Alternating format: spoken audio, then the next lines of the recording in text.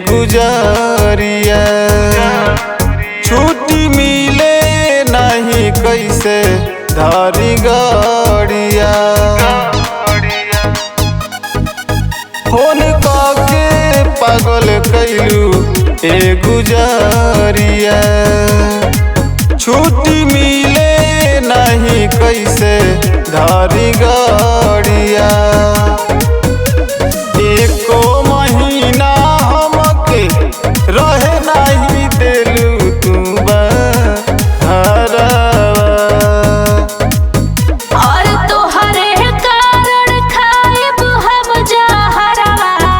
बोलमुआ कब ले अइबा घरवा। और तोहरे कारण खाइब हम जहरवा। बोलमुआ कब ले अइबा घरवा। बोला अइबा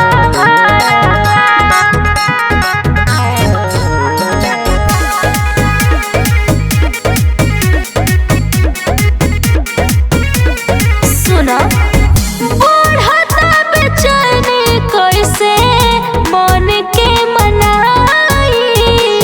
से जिया परोतिया के जब हम जाई। अरे चाहिए रहल नजरिए के सोधरनिया हो। बुझेलू नहीं हमार तू परेशानिया हो।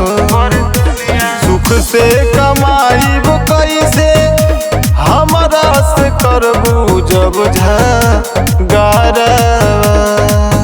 और तोहरे कारण खाइब हम जहरवा। बोलमुआ कब ले अइबा घरवा।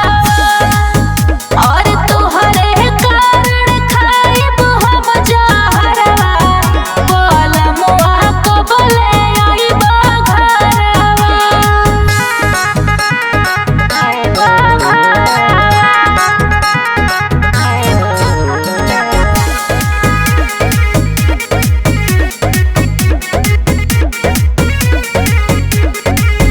पैसा के आगे गइला मेहरी के भुलाई।